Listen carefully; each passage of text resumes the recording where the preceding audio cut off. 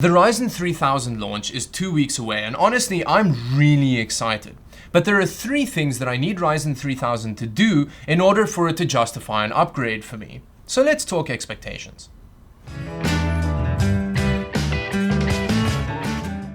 Straight off the bat, I just want to say that I'm not making any predictions in this video. I'm specifically talking about things that I want Ryzen 3000 to do in order for it to justify an upgrade for me. And while we're on that topic, let me know in the comment section below what kind of expectations you have and what you want the chips to do. Now, I'm currently using a Ryzen 7 1700X CPU that I've overclocked to 3.85 GHz. Now, this is the highest rock solid overclock that I can get on that CPU, and if I push it any higher than that, I can definitely feel instability start creeping in. Now, I'm actually quite happy with my CPU at the moment, but there are places that I definitely need improvement, and that's what I want Ryzen 3000 for. Now, looking at the current Ryzen 3000 lineup that's been announced, I'm probably going to go with the 3700X. Not only because of obvious reasons like it's going to make really good comparison videos, but I personally feel that that's the best price to performance sweet spot for these CPUs. I could go up to the 12 core, but I don't know if there's going to be enough of a performance bump to justify the extra $180 for my use case at least, but we'll get into that a bit later. Better video editing performance. This is something that I could talk about for the next 2 hours, but don't worry, I'm not going to. I'm going to try and condense it as much as possible so that I don't bore anybody that's not really interested in video editing performance. Now, this is the kind of thing that's quite relative to individual use cases. For a lot of people, the 1700X would be enough horsepower for their video editing needs. And honestly, in most cases, it's enough for mine. Like, this current video is being filmed at 4K, 24 frames per second. And for that, the 1700X does really well. It's only when I start adding a lot of layers that it starts chugging quite a lot. Now, even then, it's not really a deal breaker. The really big issue for me comes when I try and use 4K 60 frames per second. Now, I don't know if you remember in my older videos when I had my previous camera, there was a lot of kind of like handheld swoops and stuff like that. Now, how I did that was I used 60 frames per second 1080p footage and then slowed it down to 24 to get like nice smooth slow-mo effects.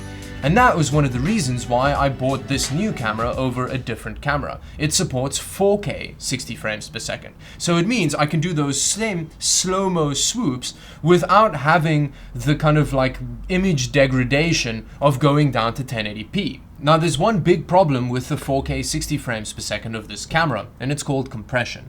Now, all videos on YouTube uses what's called H.264 compression, which is a way of condensing all of the video information into a smaller file. Now, when I use H.264 in Premiere Pro for editing, it's really easy to edit and it doesn't really put much strain on the system. But there's a new version, very imaginatively called H.265, which is a lot more difficult for your system to run. And my camera can only film 4K 60 frames per second with H.265. And then when I try and kind of like slow down the footage, my workflow grinds to a halt. Honestly, my editing playback becomes dismal, and it's like editing on a Mac. It makes lining up kind of transitions and things like that really difficult. Now, I know that I can use things like proxies, but honestly, that's just going to add another level of complication to my editing that I don't want to deal with. I want to solve the problem with brute force, and hopefully that's what Ryzen 3000 can do. Now, some people may suggest that I switch from Premiere Pro to a different video editor because it could deal with it better. But I've been learning to use Premiere Pro for the last 2 years, and honestly, I'm very happy with it. The stability isn't that bad, at least lately, touch wood. And yeah, I really want the Ryzen 3000 CPUs to fix this problem for me. I don't know how likely that is. Maybe H.265 is so difficult to deal with that even a high core clock Ryzen 3 3700X isn't going to be able to deal, but let's hope. Better overclockability. And what I mean by better overclockability is I definitely want an all-core overclock of 5 GHz. I know that this is very unlikely because with AMD CPUs, honestly, the max boost clock is usually quite representative of the max all-core overclock on the CPUs.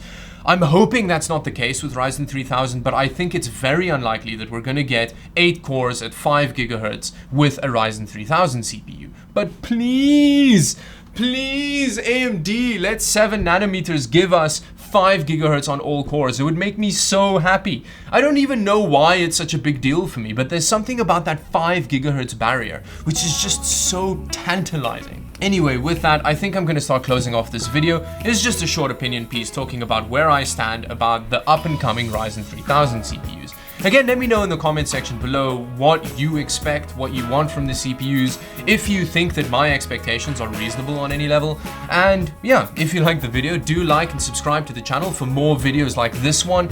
And follow me on Instagram and Twitter, where I occasionally post content. Yeah, thank you very much for watching. Until the next video, bye-bye.